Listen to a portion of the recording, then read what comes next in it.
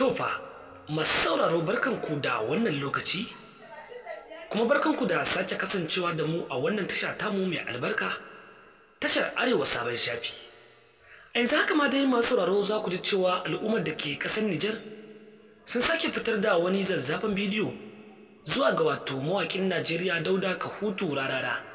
tare da wato zagin tsohuwarsa da kuma wato ci masa mutunci dangane da irin yadda ya taɓa shugaban ƙasar Nijar. Tabbas kwarai da gaske wannan al'amari har yanzu dai na ci gaba da taɓarɓarewa tsakanin Rarara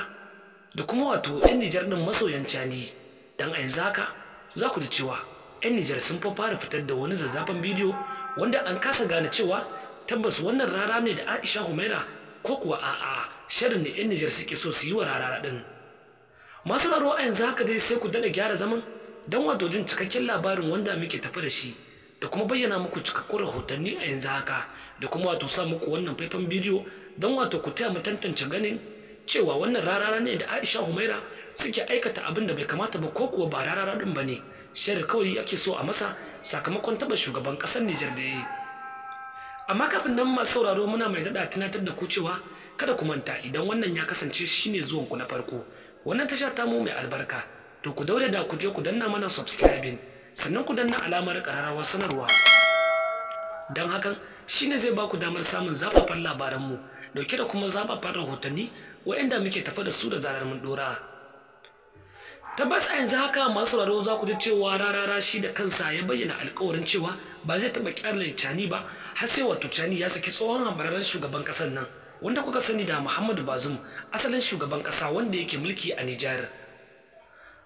Wanda hakan abu ne mai matuƙar wuya sakin Bazoum a yanzu haka a ƙasar Nijar din, sai da shi kuma Rarara ya bayyana cewa tabbas muddin Cani bai gaggauta sakin wato Bazoum din ba zai fasa fitar da zafafan waƙoƙi har guda 9 ba wa'anda ya bayyana cewa zai fitar na cin mutunci akan shugaban ƙasar tasu wato Janar Abdurrahman Chani. To a yanzu haka dai masu sauraro tabbas kula da gaske muna mai daɗa tunatar da ku idan har ka kasance kai bako ne a wannan tasha tamu mai albarka to kada ka manta ka daure da ka je ka danna mana subscribing din sannan ka danna mana alamar ƙararrawar sanarwar. Idan kai hakan shine zai baka damar samun bidiyoyin mu kai tsaye waɗanda muke tafa da su da zarar mun dora. Masu sauraro ku ci gaba da kasancewa da mu a har da zuwa kodayaushe don wato ci gaba da samun zafafan bidiyoyin mu da kuma labarai waɗanda muke ɗauke da su. Tabbas a yanzu haka dai za ku ji cewa Rarara bai faji tsoro ba ko kaɗan sannan kuma bai yi ko gizau kaɗan ba sakamakon irin maganganun da 'yan Nijar suka ringa faɗa a kansa da kuma wato irin yadda suka ringa zagin mahaifiyarsa da kuma irin sababbin waƙoƙi waɗanda suka ringa fitarwa a kan nasa. Amma masu sauraro ku biyo mu har zuwa bidiyo na gaba don wato jin cikakkun rahotanni da kuma wato cikakkun labaran namu waɗanda muke tafa da su ɗin. Mun gode.